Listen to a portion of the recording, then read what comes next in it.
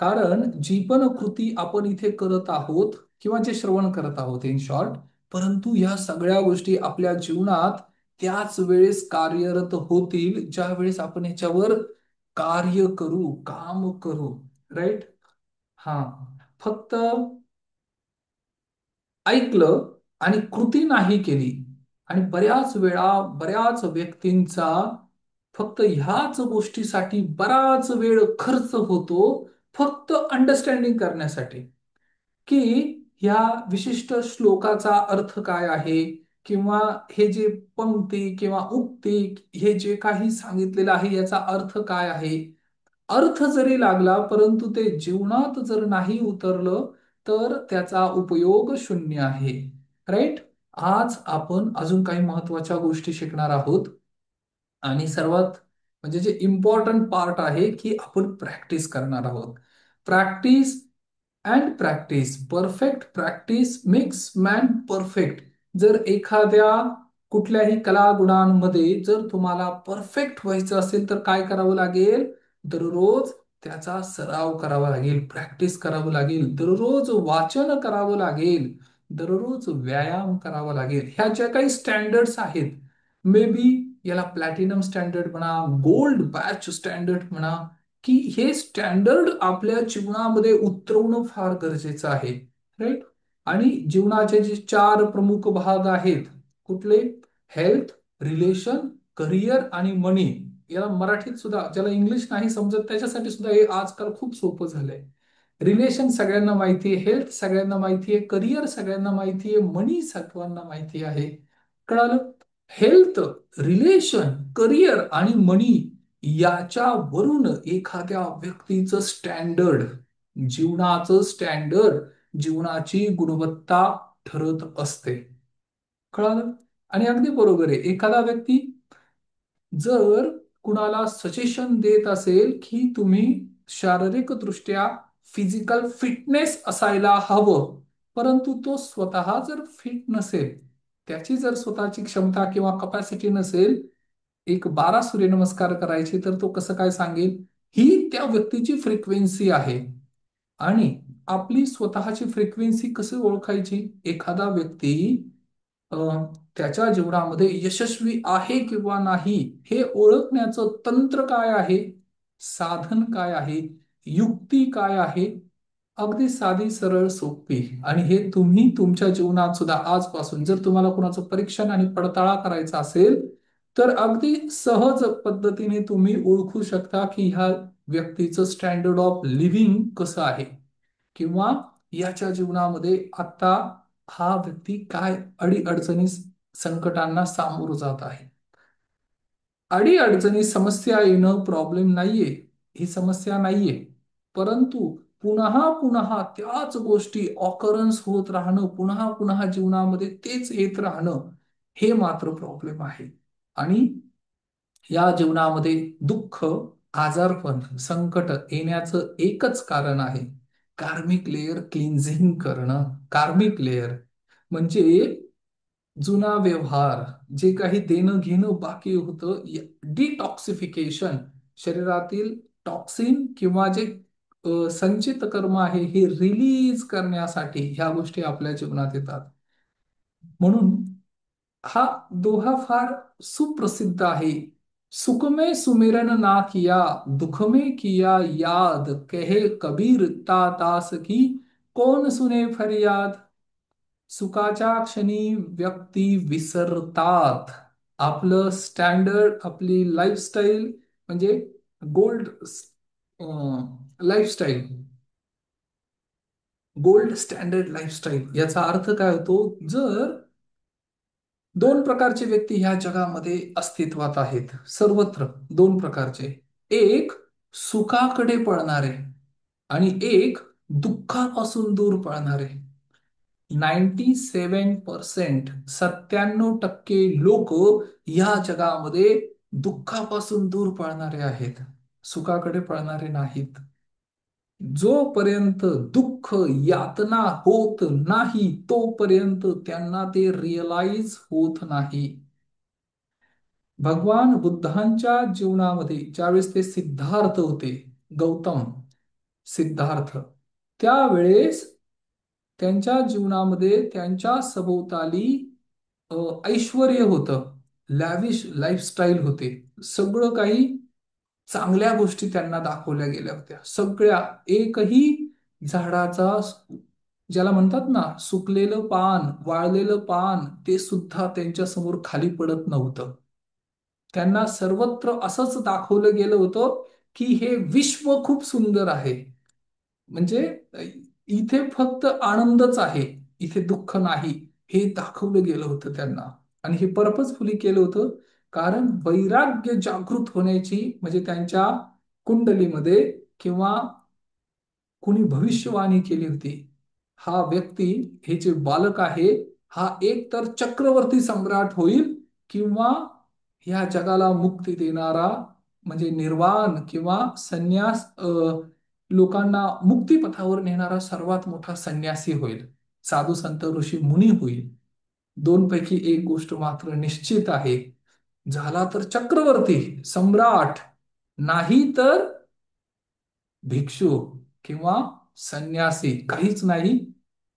आता याच्या सुद्धा दोन गोष्टी आहेत. बाहेरून जगाला दिसतंय काही नाहीये, परंतु अंतरंगातून अंतर्मनातून ते सर्वात महान किंवा सर्वात श्रीमंत व्यक्ती, श्रीमंत आए हे सो जाएंगे, राजा रंक और फकीर, एक सिंहासन चढ चला, एक बांधे जंजीर. या जगामध्ये राजा रंक, राजा रंक, रंक म्हणजे निर्धन आणि फकीर म्हणजे साधू. आये हे सो जाएंगे, राजा रंक और फकीर, एक सिंहासन चढ चला, एक बांधे जंजीर. याचा अर्थ काय होतो माहितीये? की एक व्यक्ती सिंहासनावर आरूढ होऊन चालला. आता तुम्हाला असं वाटत असेल, कोण हे नाही सांगितलं हा, पण बऱ्याच व्यक्तींना असं वाटतं सिंहासन आरूढ होऊन चालला गेला म्हणजे तो राजा असेल. नाही, एक सिंहासन चढ चला, एक बांधे जंजीर. आणि एक ह्या सहा विकारांची जी बेड्या आहेत ना, त्या बांधून, शृंखला बांधून चाललेलं आहे. जावं तर लागणार आहे, परंतु कसं जाणार? म्हणून त्यांच्या जीवनामध्ये ह्या दोन भविष्यवाणी फार अटळ होत्या. एक तर सिद्धार्थ गौतम हे एक चक्रवर्ती सम्राट होतील, अदरवाईज एकदम म्हणजे साधू संन्यासी किंवा संत ऋषी मुनी यांच्या श्रेणीत सर्वोच्च अतिउच्च पिढ्यानपिढ्या युगानयुग लोक त्यांना स्मरणात ठेवतील असे महान संत. मग कुठल्या आई वडिलांना असं वाटतं की माझा मुलगा संत किंवा संन्यासी व्हायला पाहिजे? फार कमी लोक आहेत. आणि मी माझ्या मुलाला बऱ्याच वेळा म्हणतो, अरे हे संन्यासी जीवन खूप चांगलं आहे. जर व्हायचंच असेल, काही जीवनात अचीव करायचं असेल तर संन्यासी बन. परंतु म्हणजे ठीक आहे, हा गमतीचा पार्ट झाला. परंतु त्या आई वडिलांना सुद्धा कुणालाच असं वाटणार नाही ना की माझा मुलगा संन्यासी व्हायला पाहिजे.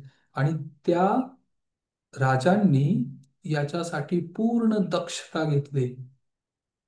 उपाय विचारला की उपाय काय आहे? मग उपाय त्यांनी सांगितला. ज्यांनी ते पत्रिका वगैरे पाहिली त्यांनी एक उपाय सांगितला. काय? याला फक्त दुःख दिसू देऊ नका. राईट? दुःख, याला वेदना, दुःख याच्या अंतर्मनात अंतरपटलमध्ये ते दिसू देऊ नका, निर्माण होऊ देऊ नका. विवेक किंवा जो प्रश्न आतमध्ये उपस्थित होईल ना की हे काय आहे आणि हे का आहे, असा प्रश्न उपस्थित होऊ देऊ नका. सर्वत्र त्यांना अशा वातावरणात किंवा एक ऍटमॉस्फिअर, अशी परिस्थिती निर्माण करा की तिथे सतत हे जाणवत राहिला पाहिजे की हे जग सुखालय आहे, सुखाचं घर आहे. आणि भगवद्गीतेचा हा 15वा अध्याय आहे की ज्यात मध्ये भगवंत सांगतात की अर्जुना, हे जग काय माहितीये? दुःखालयम अशाश्वतम. अशाश्वत आहे, इथं शाश्वत काही नाही आणि हे दुःखालय आहे. परंतु आजच्या काळात जर आपल्या सभोवताली हे जे वातावरण आहे याच्यात जर कुणी म्हणालं हे दुःखालय, आपण म्हणू कसं काय दुःखालय आहे? इथे तर मल्टिप्लेक्स आहेत, इथे तर सगळ्या सुखसुविधा उपलब्ध आहेत, इथे तर नाना तऱ्हेचे व्यंजन आणि पदार्थ आहेत, भरपूर काही पिण्यासाठी आहे, भरपूर काही खाण्यासाठी. हे तर किती आनंददायक आहे. परंतु हेच आनंददायक ज्यावेळेस दुःखाचं स्वरूप घेऊन येतं, त्यावेळेस ते दुःख सहन करेन असं होईन असं होतं, राईट? तर त्यांच्या भोवती ज्या वेळेस हे सर्व उपस्थित केलं गेलं, एक प्रसन्न वातावरण, ऐश्वर्य, भोग, ह्या सगळ्या गोष्टी ज्यावेळेस दिल्या गेल्या, परंतु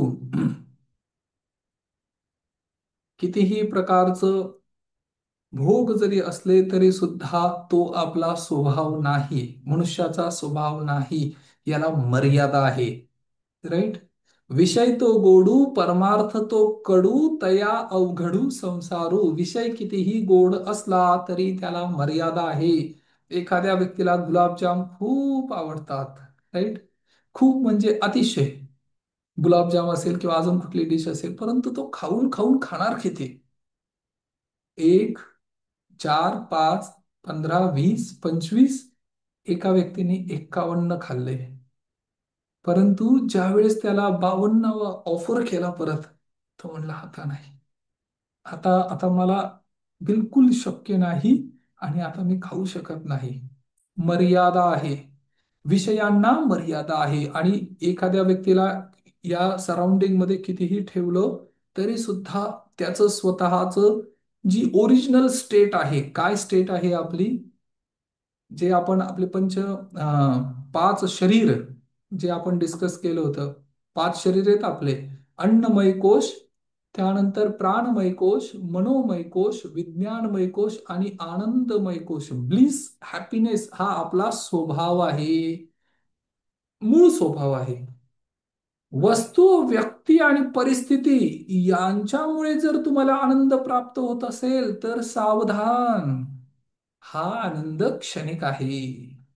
वस्तू जाऊ शकते, व्यक्ती जाऊ शकतात, परिस्थिती बदलू शकते.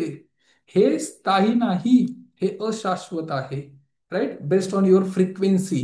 ज्या फ्रिक्वेन्सीला तुम्ही व्हायब्रेट होत आहात तशा व्यक्ती, वस्तू आणि परिस्थिती तुम्ही तुमच्या जीवनात आकर्षित कराल. आणि हे रियालिटी पण आहे, फॅक्ट पण आहे, की आपण ते निर्माण करू शकतो. You are the creator of your own destiny. पण जर हे बेसिक समजून घेतलं तर तुम्ही जे अफर्मेशन किंवा गोल सेट केलेले आहेत ते अचीव करणं पण सोपं होईल, राईट? म्हणजे अनासक्त राहून इमोशन, व्यक्ती सुखी होण्यासाठी, उद्या आपण याच्यावर चर्चा करू अजून, की आपल्या जीवनाचा उद्देश, पर्पज काय आहे. म्हणजे आपण ज्या काही गोष्टी करत आहोत याच्या पाठीमागे अल्टिमेट किंवा एक फायनल गोल काय, उद्देश काय आहे.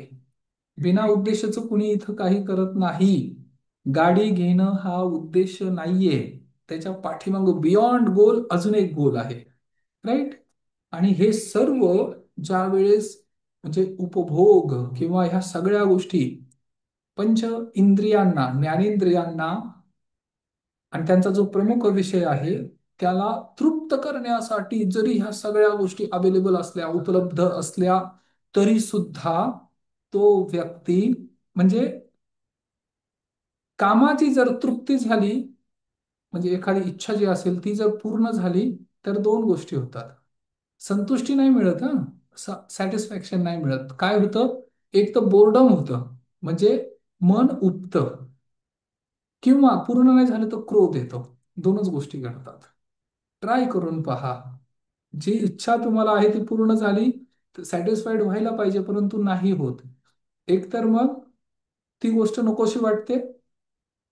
म्हणजे याचं अजून एक्झाम्पल द्यायचं झालं, साधारण पूर्वी 5 दिवसाच्या टेस्ट मॅच असायच्या क्रिकेटमध्ये. 5 5 दिवस, राईट? त्यावरून त्या वन डे वर आल्या, एका दिवसावर वन डे. एका दिवसाची 50 ओव्हरची, 50 यांच्या 50 त्यांच्या, 100 ओव्हरच्या मॅचेस, पूर्ण दिवस. आता काय झाले माहिती? 20-20, 20 ओव्हर यांच्या, 20 ओव्हर यांच्या, फिनिश, फायनल. कुणाला वेळ आहे एवढा, असं लोक म्हणायला लागले आता. काळ बदलत चाललाय, चॅलेंजेस, टेक्नॉलॉजी सुद्धा चॅलेंज करत चाललेली आहे. पूर्वी ज्या गोष्टींना इतकं महत्व होतं, अनन्यसाधारण. आता कुणाशी जर बोलायचं असेल ना, व्हिडिओ कॉल सहित एका क्षणात शक्य आहे. आणि आता प्रश्न पडतो, बोलायचं कुणाशी? म्हणजे व्हिडिओ कॉल करायचा कुणाशी? पूर्वी जे पत्रामध्ये पत्र लिहून किंवा बाकी पत्राद्वारे जे काही कम्युनिकेशन होत होतं, आपुलकी, जिव्हाळा, प्रेम, आता कुठे? संपुष्टात. आता फिनिश. म्हणजे जे काही, जितकं जितकं प्रगत होत चाललेलो आहोत आपण, तर तितकं ते रिअलाइज होतंय की नेमकं हे सगळं करतोय कशासाठी. सायन्स, विज्ञान तुम्हाला अगदी 100 हॉर्स पॉवरची कार सुद्धा देईल, किंवा अतिशय तीव्र वेगाने जाणारी कार, गाडी, वाहन, ट्रान्सपोर्टेशन सगळं देईल. मेट्रो पण देईल. राईट. 8 तासाचा प्रवास 3 तासात करून देईल. चांगली गोष्ट, व्हेरी गुड. पण सायन्स कधी हे नाही सांगणार की हा वेळ वाचून तुम्ही करणार काय. द्रुत गतीने 100-200च्या स्पीडने जी गाडी जाणार आहे, फरारी आहे किंवा मर्सिडीज आहे, ह्या गाडीने तुम्ही द्रुत गतीने जाल, परंतु तिथे गेल्यानंतर करणार काय, हे सायन्स नाही सांगत. राईट. आणि त्यामुळे उतावीळपणा जास्त वाढत चाललाय. लहान मुलांमध्ये जो बिहेवियर आता दिसतोय ना, हा बिहेवियर याच्यासाठी आहे काय, की जर डिले झाला कुठं, म्हणजे इच्छा निर्माण होता क्षणी ती गोष्ट मला पाहिजे. आणि हे कोणी केलंय माहितीये? गुगलने, इंटरनेट. जे काही आपण फुटअप करतो आणि ते लगेच पिक्चर आणि इमेज दिसतं. पूर्वी ह्याच गोष्टीला 10 वर्षापूर्वी वेळ लागायचा, काही सेकंद, काही मिनिटं. परंतु आता झटक्यात ते डाउनलोड होतं. आणि याच मुलांना सांगितलं की थोडस वेट कर, पेशन्स ठेव, संयम ठेव. नाही ठेवू शकत. म्हणून ते चिडचिड आणि व्यक्तींकडे वाट पाहण्याची जी क्षमता आहे ना, ती याच्यामुळे कमी होत चालली. भगवान बुद्धांच्या जीवनामध्ये सुद्धा उपभोग किंवा सर्वत्र सगळ्या गोष्टी होत्या, ही गोष्ट तुम्हाला माहिती आहे. परंतु हे जितक्या वेळा मी श्रवण करतो, वाचन करतो ना, मला हसून असं वाटतं की मी त्यामध्ये परत, म्हणजे अगदी समोरासमोर माझ्या घडतायत काही गोष्टी. आणि ज्या वेळेस त्यांना सुद्धा स्वतः रिअलाइज झालं, आणि ज्या वेळेस त्यांनी स्वतः नगर भ्रमणाची इच्छा त्यांची व्यक्त केली, स्ट्रिक्ट वॉर्निंग होती की यांना कुठेही घेऊन जायचं नाही. फक्त हा राजमहल आणि ते शाही जो बगीचा, उद्यान, तिथेच यांचं सगळं शिक्षण, प्रशिक्षण, सगळ्या काही विद्या. परंतु ज्या वेळेस यांनी नगर भ्रमणाची एक परवानगी मागितली किंवा त्यांना इच्छा व्यक्त केली आणि त्यांना भ्रमण करण्यासाठी घेऊन गेले, पूर्ण नगर, म्हणजे ते शहर सजवलं गेलं. पूर्ण दक्षता घेतली गेली की कुठेही असं व्यवस्थित किंवा अशा काही गोष्टी ज्याच्याने संभ्रम निर्माण होईल मनात, अशा कुठल्याही गोष्टी रस्त्यावर ठेवू नका. सगळीकडे स्वच्छता, सगळीकडे निरोगी व्यक्ती, सगळीकडे हसतमुख आणि सत्कार समारंभ, अशा गोष्टी, फुलांच्या माळा किंवा सगळं नगर भव्य दिव्य सजवले गेले. आणि त्याच्यामधून भगवान बुद्धांचा रथ जात आहे. गौतम, सिद्धार्थ गौतम, बुद्ध नंतर झाले ते, सिद्धार्थ गौतम यांचा रथ जात आहे. आणि त्यावेळेस त्यांना कळालं, अच्छा हे नगर आहे, हे लोक आहेत, हे पहा किती आनंदी आहेत. असं करत असताना त्यांना मग ह्या 4 गोष्टी दिसल्या. काय दिसलं? पहिल्यांदा एक वृद्ध व्यक्ती दिसला, एक रोगी व्यक्ती दिसला, एक निर्धन व्यक्ती दिसला, आणि एक मृत शरीर दिसला, म्हणजे मृत व्यक्ती. कळालं? आता पहिल्यांदा त्यांनी व्यक्ती पाहिला जो आजारी आहे. आणि त्यावेळेस त्यांच्या अंतर्मनात काय आलं की अरे हे काय आहे नेमकं. आणि मग त्यांना रिअलाइज झालं, त्या सारथीने सांगितलं, महाराज, हा व्यक्ती आजारी आहे, याला रोग झालेला आहे, व्याधी, व्याधीग्रस्त. आणि मग त्यांनी विचारलं, हे असं का होतं ते, आणि हे कुणाला होतं. हे महाराज कोणालाही होऊ शकतो. व्याधीग्रस्त कोणीही होऊ शकतं. रोग कोणालाही लागू शकतो. रोगी कोणीही होऊ शकतं. म्हणजे मला पण लागेल, मी पण रोगी होऊ शकतो. मला पण व्याधीग्रस्त होण्याची भीती आहे. येस, तुम्हाला सुद्धा. कारण ज्याला मनुष्य शरीर प्राप्त आहे त्याला ही गोष्ट शक्य म्हणजे होणारच. कधी ना कधी होणारच. राईट. दुसरा व्यक्ती पाहिला तो वृद्ध, सुरकुत्या पडलेल्या, अ, केस एकदम व्हाईट, किंवा चेहऱ्यावर सुरकुत्या, वाकलेला, कमरेत वाकलेला, हातामध्ये काठी, आणि चालण्याचा प्रयत्न करतोय, धडपडतोय, खोकलतोय. अरे, याला काय झालं आता? महाराज, याला वृद्धावस्था म्हणतात. याला म्हातारपण म्हणतात. वृद्धावस्था. आणि ही पण प्रत्येकाला अटळ आहे. ही पण येणार. म्हणजे एक दिवस मी सुद्धा म्हातारा होणार. होणार. प्रत्येकाला ही अटळ आहे. वृद्धावस्था अटळ आहे. अच्छा, मग त्यांच्या अंतर्मनात गेलं की अरे, जे मला आता दिसतंय हे टाइम बिंग आहे. पुढे गेला एक निर्धन व्यक्ती ज्याच्या हातामध्ये भिक्षापात्र, आणि तो अन्नासाठी इकडे तिकडे, आणि त्याची दुर्दशा. याचं काय? हा निर्धन आहे. म्हणजे याच्याकडे धन नाही, याची व्यवस्था नाही. आणि हे पण वेळ कुणावर पण सुद्धा येऊ शकते. आणि त्यानंतर एक व्यक्ती पाहिला शव. अरे, हे काय आता? महाराज, याचं शरीर पूर्ण झालेलं आहे. म्हणजे हा मृत झालेला आहे, आणि मृत्यू अटळ आहे. आणि हे पण दुःखाचं कारण आहे. नगर भ्रमण संपलं, आणि जाताना त्यांनी अजून एक व्यक्ती पाहिला. कोण?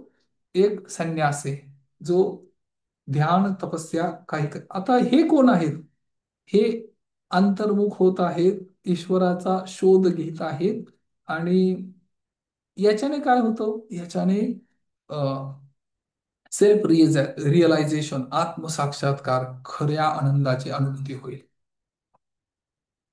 आणि मग त्यांचे विचारचक्र सुरू झाले.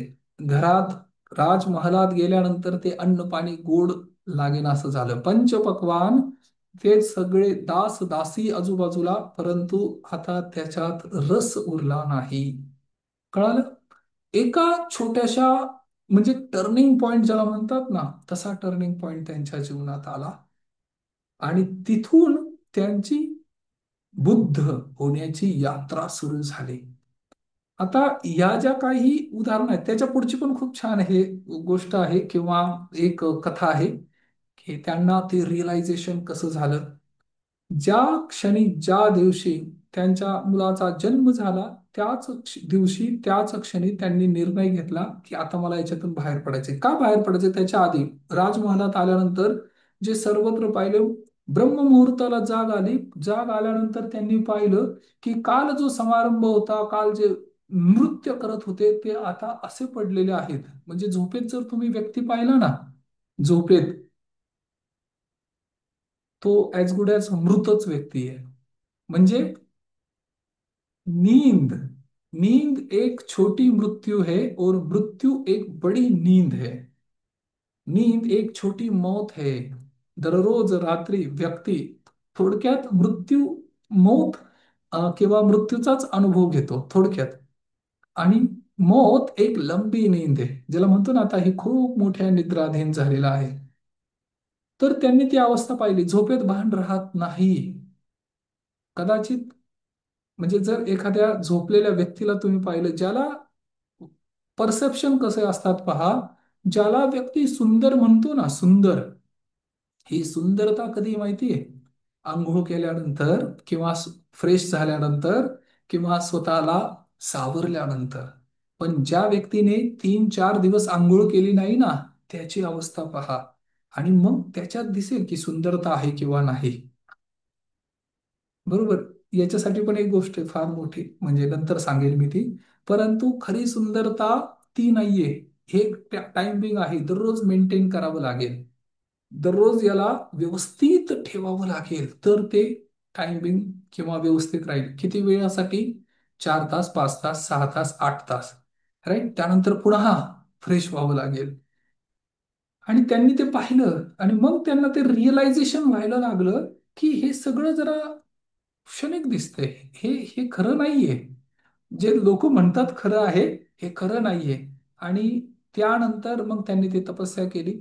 परंतु जाताना एक छोटासा प्रसंग अजून होता. ज्या क्षणी ते जायला निघाले घरातून, त्या क्षणी त्यांचा सारथी त्यांना अडवून म्हणाला, महाराज, अहो तुमच्याकडे एवढं ऐश्वर आहे, हे राजे रजवाडे आहेत, हे महाल आहे, एवढं ऐश्वर्य सुख तुमच्या पायाशी लोळण घेत आहे. तुम्ही हे सगळं सोडून का जातात? नका जाऊ. हे सगळ्यांना नाही मिळत आणि तुम्हाला मिळालेलं आहे. आणि त्यावेळेस भगवान बुद्धांनी त्यांना उत्तर दिलं, अरे सारथी, ज्या रथाचा तू सारथी आहे त्या रथाचा मी स्वामी आहे. ज्या तिजोरीच्या किंवा अ, ज्याला खजाना म्हणतात, ट्रेजर म्हणतात, त्या तिजोरीच्या तू फक्त लांबून पाहिलेल्या आहेत, पण त्याच्या चाव्या माझ्याकडे होत्या. त्यातली कुठलीही वस्तू मी घेऊन स्पर्श करू शकत होतो, आनंद घेऊ शकत होतो. परंतु हे मला आता रिअलाइज होतं की अरे हे खरं नाहीये. त्यामुळे तू जे दुरून पाहिलेलं आहे ते मी जवळून अनुभवलेलं आहे. राईट. आणि हे जर मी अनुभवलेलं असेल तर मला अजून काही महत्वाच्या गोष्टी शोधायला जायचंय. आणि म्हणून माझा हा प्रवास आहे. आणि मग त्यांना ते रिअलायझेशन झालं, सगळ्या गोष्टी झाल्या. आणि त्यानंतर हा फार महत्वाचा मुद्दा आहे. त्यानंतर त्यांना चार आर्य सत्य सापडले. चार गोष्टी प्रमुख. माहितीये चार आर्य सत्य? या जगामध्ये दुःख आहे, सुख में सुमिरन ना किया, दुख में किया याद, कहे कबीरता दास की कोण सुने फरियाद. या जगामध्ये दुःख आहे. मग दुःख आहे याचा अर्थ काय होतो? विनाकारण आहे का? नाही. दुःख आहे म्हणजे त्याचं कारण आहे. जर एखादा व्यक्ती आजारी आहे, अनहेल्दी आहे, तर त्याला डायग्नोस करावं लागतं. डायग्नोस चेकिंग करावं लागतं. मे बी ब्लड किंवा अजून बाकी टेस्ट कराव्या लागतात, युरिन वगैरे, आणि मग डायग्नोस होतं. कारण काय आहे? या जगात दुःख आहे. दुःख आहे म्हणजे त्याचं कारण आहे. कारण जर सापडलं तर निवारण आहे. मग औषधोपचार पण आहे. आणि निवारण्यावर म्हणजे औषधोपचार जर केले तर दुःख मुक्त स्थिती पण आहे. कळालं? या जगात दुःख आहे. दुःख आहे म्हणजे त्याचं कारण आहे. कारण आहे म्हणजे निवारण आहे. निवारण आहे म्हणजे दुःखमुक्त स्थिती आहे.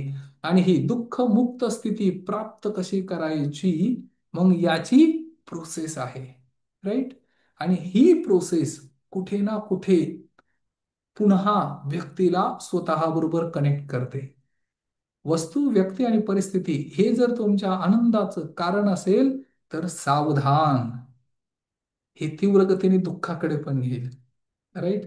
आज ज्या गोष्टीसाठी आनंद होतो ना भरपूर, वस्तू प्राप्त केल्यावर, तर ते त्या आनंदात ते तुम्हाला प्राप्त होणारच आहे. ते बाय डिफॉल्ट आहे. जर तुम्ही तुमची फ्रिक्वेन्सी रेज केली तर ते बाय डिफॉल्ट येणार आहे. आणि दिस इज व्हॉट कॉल्ड, आपल्या फ्रिक्वेन्सी आपल्याला वाढवायच्या आहेत. आणि फ्रिक्वेन्सी वाढवण्यासाठी काय काय उपाय आहेत? हे सगळे उपाय आपण स्टेप बाय स्टेप इथे शिकणार आहोत. ऍक्च्युली अप्रॉक्सिमेटली 30 टू 35 पॉइंट्स आहेत सगळे, दररोज छोटे छोटे छोटे छोट्या गोष्टी करण्यासाठी. राईट. आता त्यातल्या 3-4 गोष्टी आपण प्रामुख्याने दररोज फॉलो करतोय. ग्रॅटिट्यूड, भगवान बुद्धांचंच एक वाक्य आहे. आज तुम्ही जे काही आहात हे तुमच्या विचारांमुळे आहात. जे विचार तुम्ही करत आहात त्या विचारांचा हा प्रभाव आहे. आणि आज तुम्ही जे पण काही आहात त्याच्यामुळे आहात. लक्षात आलं? विचार, थॉट्स. आणि याच्यासाठी आपण 4 गोष्टी पाहिल्या. काय? सगळ्यात आधी फिलिंग. पहाटे उठल्यानंतर तुमचं फिलिंग कसे, भाव कसे आहेत, हे तुमचा दिवस ठरवणार आहे, हे तुमचं भाग्य ठरवणार आहे. आणि हे भाव किंवा फिलिंग हे कुणाच्या हातात आहे? हे तुमच्या हातात आहे. म्हणून उठल्याबरोबर 10 रॅन्डम ग्रॅटिट्यूड, 10 ज्याही गोष्टीसाठी तुम्हाला धन्यवाद द्यावंसं वाटतं ना, आजूबाजूला पाहून त्याच्यासाठी तुम्ही धन्यवाद देऊ शकता. ज्या पण गोष्टीला तुम्हाला असं वाटतं, येस, हे माझ्या जीवनात चांगलं आहे.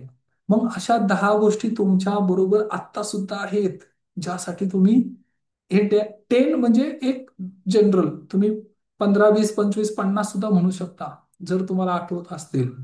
आणि खरोखर गॅस संपल्यानंतर काय त्रिधा तिरपीट होते, याचा अनुभव आम्हाला 4 दिवसापूर्वी आला. खरोखर अचानक, म्हणजे ध्यानीमनी नसताना अचानक काही व्यक्ती जास्त येणं जाणं वाढलं, किंवा त्यामध्ये युटिलायझेशन झालं, काही घरगुती काही वस्तू पदार्थ बनवले त्यामध्ये काही युटिलायझेशन झालं आणि अचानक कळालं. पण त्या दिवशी सुद्धा आम्ही ग्रॅटिट्यूड एक्सप्रेस केलं. बाहेर पदार्थ खावे लागले, चूल पेटवावी लागली, परंतु त्यावेळेस ते रिअलाइज झालं, अरे किती सुखसुविधा उपलब्ध आहेत आपल्याकडे. त्यानंतर गॅस मिळाला, परंतु आता गॅसकडे पाहण्याची दृष्टी वेगळी आहे. आता ते पाहता क्षणी असं वाटतं की येस, थँक्यू. हे रॅन्डम ग्रॅटिट्यूड आहे, रॅन्डम. पाण्याच्या टाकीत किंवा पाणी ज्या दिवशी येत नाही ना, किंवा कमी पाणी असतं, एका बादलीत सगळं काही आटपावं लागतं, अशी ज्यावेळेस परिस्थिती वेळ असते, कधी कधी बिना आंघोळीचं काही व्यक्तींना जावं लागतं, खेडोपाडी अशा गोष्टी आजही घडतायत, त्यावेळेस ते रिअलाइज होतं, हे पाणी किती महत्वाचं आहे. हे 10 रॅन्डम ग्रॅटिट्यूड मध्ये येतं, राईट. आणि यासाठी ग्रॅटिट्यूड एक्सप्रेस करणं हा सर्वात सोपा मार्ग आहे. मान्य आहे कुणीतरी दुखवलेलं आहे, मान्य आहे कुणीतरी हृदयाला ठेस पोहोचवलेली आहे, जीवनात अडीअडचणी आलेल्या आहेत, काय करावं ते सुचत नाही, अशा नानाविध कितीतरी, म्हणजे दुःखात, ज्याला भवसागर म्हणता येईल ना, याच्यामध्ये व्यक्ती अडकलेल्या आहेत. परंतु तरी सुद्धा आशेचा एक किरण अजून शिल्लक आहे. आणि या जगातल्या 4 प्रमुख समस्या कुठल्या आहेत माहिती? जन्म, मृत्यू, जरा आणि व्याधी. जन्म, मृत्यू या समस्या आहेत. जन्म आणि मृत्यू, त्याच्या आधीची पण एक बऱ्याच शृंखला आहेत. जन्म, मृत्यू, त्यानंतर जरा. जरा म्हणजे काय? म्हातारपण. आणि व्याधी म्हणजे आजारपण. ह्या 4 प्रमुख समस्या आहेत. आणि ज्याला तुम्ही समस्या म्हणता ना, ते फक्त अनकम्फर्टेबल आहे. अनकम्फर्ट म्हणजे आज उकडतंय जास्त आणि लाईट गेलीये, फॅन चालू नाही होत, ही समस्या आहे. हे काय? अनकम्फर्ट म्हणजे आता कम्फर्टेबल राहू शकत नाही, म्हणून अनकम्फर्टेबल फील होते, अनइझी फील होत आहे, याला लोक दुःख समजतात. हे दुःख नाहीये, हे अनकम्फर्ट आहे. 4 समस्या तर फक्त एवढ्याच आहेत, जन्म, मृत्यू, जरा, व्याधी. याच्यातली काही समस्या आता येत असेल तर तुम्ही जागृत होऊ शकता. बाकी सगळ्या अनइझीनेस आहे, परंतु ह्या अनइझीने सुद्धा व्यक्ती दुःखी होतो. लक्षात आलं? म्हणून ग्रॅटिट्यूड एक्सप्रेस करा. पुन्हा पुन्हा पुन्हा पुन्हा मी एकच गोष्ट सांगेल, की जे तुम्हाला प्राप्त झालेलं आहे, हे हे फार दुर्मिळ आहे. आणि याच्याने तुम्ही सगळ्या गोष्टी प्राप्त करू शकता. तुमचे भव्य दिव्य मोठे स्वप्न, गोल साकार करू शकता. अगदी 1 लाखापासून तर 1 करोड, 1,000 करोड रुपयापर्यंत सुद्धा अचीव करू शकता. परंतु एवढ्या मोठ्या टॉप लेवलला जाण्यापूर्वी तुमचं फाउंडेशन स्ट्रॉंग पाहिजे. फाउंडेशन. बिल गेट्स हे व्यक्ती सुद्धा स्पिरिच्युअल आहेत, आध्यात्मिक आहेत. त्यांचं चॅरिटी किंवा त्यांची स्पिरिच्युअलिटी अजून सुद्धा स्टेबल आहे, आणि म्हणून ते एवढ्या मोठ्या पदावर पोहोचलेत. रतन टाटा सर, त्यांची स्पिरिच्युअलिटी स्ट्रॉंग होते, म्हणून ते एवढ्या मोठ्या पदावर, पोझिशनवर पोहोचू शकले. कळालं? श्रीमंती ही दाखवण्याचा सब्जेक्ट नाही, ती अनुभवण्याचा विषय आहे, आणि ते प्राप्त करावं लागेल. म्हणून दररोज न चुकता ग्रॅटिट्यूड व्यक्त करणं फार फार फार आवश्यक आहे, जे आपण आता रेग्युलर करणार आहोत. त्यानंतर मॅजिकल वॉटर बॉटल टेक्निक, जे पाणी तुम्ही पित आहात त्या पाण्यावर सुद्धा आपल्याला अफर्मेशन लिहायचे आहेत. पाहिजे तर ते प्रेझेंटेशन, तो चॅप्टर मी पुन्हा घेईल, दररोज घेईल, किंवा आता आठवड्यातून एकदा तर घ्यावा लागेल. कारण तो फार महत्वाचा आहे. तो सबकॉन्शियस माइंड मध्ये पेनिट्रेट करावा लागेल. Water carries memory along with it. पाणी, ज्याला तुम्ही फक्त पाणी समजता, त्या पाण्याच्या आत संवेदना आहेत, भावना आहेत. आणि हे द्रुत गतीने काम करतं. जर तुम्हाला तुमच्या जीवनामध्ये काही अचीव करायचंय, तर त्या पाण्याला तुम्ही मेसेज देऊ शकता. जी मुलं खूप चिडचिड करतात ना घरात, त्या मुलांना एक चांदीचा ग्लास घ्या छोटासा, आणि हा हा फार ऑकल्ट सायन्स मधला फार महत्वाचा उपाय आहे. त्या मुलाला त्या चांदीच्या ग्लासात पाणी प्यायला सुरुवात करा. का? तर पाणी हे चंद्राचंच प्रतीक आहे, आणि चांदी हे मंगळचं पण प्रतीक आहे. राईट, दोघांचं कॉम्बिनेशन होतं. आणि ते पाणी उकळायचं नाही फक्त, पण ते त्या मुलाला शीतल बनवतो. Water carries memory. पाण्यामध्ये स्मृती आहे. स्वयंपाक बनवताना कधीही समस्या किंवा संकट किंवा चिडचिड किंवा राग किंवा त्रेधा तिरपीट किंवा आरडाओरडा करून स्वयंपाक बनवू नका. मग म्हणजे एकीकडे स्वयंपाक बनवताय आणि दुसरीकडे मुलगा अभ्यासच करत नाही, मुलगा लक्षच देत नाही, हेच ऐकत नाही, तेच ऐकत नाही, किती त्रास, किती व्याधी, आणि तुम्ही बनवताय स्वयंपाक. कळालं? ते सगळे इमोशन त्या भोजनात गेलेले आहेत. आणि ते संस्कार मनुष्याच्या आतमध्ये जात आहे. लहान मुलं लगेच रिसेप्टिव्ह असतात. सगळ्यात जास्त रिसेप्टिव्ह ग्रहण शक्ती ज्यांची जास्त आहे, ते व्यक्ती कोण आहेत माहितीये? अपकमिंग चिल्ड्रन, लहान मुलं. 7 वर्षापर्यंत सुरुवातीच्या त्यांची ग्रहणशीलता, ग्रहण क्षमता इतकी जास्त आहे की इंजिनिअरिंग किंवा डॉक्टरेट शिकणाऱ्या विद्यार्थ्यांना, मुलांना सुद्धा ते लाजवते. एवढी त्यांची कपॅसिटी आहे. कारण ह्या जगाचा ते अभ्यास करतायत आणि सगळं ज्ञान प्राप्त करतायत. अशा मुलांना तुम्ही पॉझिटिव्ह अफर्मेशन बोलून ते पाणी द्या. जर हनुमान चालिसा म्हणत असाल, म्हणायला हवी, आणि दररोज हनुमान चालिसा म्हणताना, कारण हे सुद्धा एक शक्तीचं प्रतीक आहे. हनुमान चालिसा म्हणताना ते पाणी बाजूला ठेवा आणि हनुमान चालिसा चॅन्ट करा. ते पाणी सुद्धा मंत्रयुक्त होऊन जाईल, आणि मग ते पाणी घरात द्या. बरेच उपाय आहेत ज्याच्याने एनर्जी अपलिफ्ट करता येईल. Right, psychologically. आणि हे जे काही उपाय आहेत फिजिकली, हे सुद्धा करणं आवश्यक आहे. Very good. तर इथे आपण अजून काही प्रॅक्टिसेस करणार आहोत. आणि शेवटचा एक दोहा अजून सांगतो. चौपाई आहे ही. बडे भाग्य मानुष तन पावा, सुर दुर्लभ सद ग्रंथ न गावा, साधन धाम मोक्ष कर द्वारा, पायन जेही परलोक सवारा. हे मोठ्या भाग्याने मनुष्य शरीर प्राप्त होतं. हे साधू संत, सूर, देव किंवा सद्ग्रंथ, ग्रंथांमध्ये सुद्धा याचं वर्णन आहे. आणि मोक्षाचा हा दरवाजा आहे. हा हे मनुष्य शरीर जे प्राप्त झालंय हे, आणि याच्याने तुम्ही इहलोक आणि परलोक दोघांचं संवर्धन करू शकता. कळालं? त्यामुळे स्वतःकडे आरशात चाल ना आता, त्यावेळेस स्वतःला पाहून पुन्हा एकदा म्हणा, परमेश्वरा, खरोखर खूप धन्यवाद या मनुष्य शरीरासाठी. आणि स्वतःला पण धन्यवाद द्या. स्वतःला तुमचं नाव घ्या आणि स्वतः बरोबर बोला. काय? आय एम सॉरी, मी लक्ष दिलं नाही. प्लीज फॉरगिव्ह मी, तुझ्यापासून मी डिस्कनेक्ट झालो, माफ कर. स्वतः बरोबर बोला, प्लीज फॉरगिव्ह मी, मला क्षमा कर, तू एकटा पडला. मी सगळ्यात जास्त जर दुर्लक्ष केलं असेल तर ते तुझ्याकडे केलं. स्वतःला बोला. तुझ्या ज्या इच्छा आकांक्षा होत्या की तू मला भेटावं, म्हणजे स्वतः अंतर्मुख व्हावं, माझ्याकडे लक्ष द्यावं, माझी काय आवश्यकता आहे, याला एकांत म्हणतात. की स्वतःच्या सहवासात राहणं. ते मी कधी केलं नाही. मेडिटेशन कधी केलं नाही. अंतर्मुख कधी झालो नाही. स्वतःला भेटण्यासाठी वेळ दिला नाही. आणि थँक यू, मी तुझा अत्यंत आभारी आहे.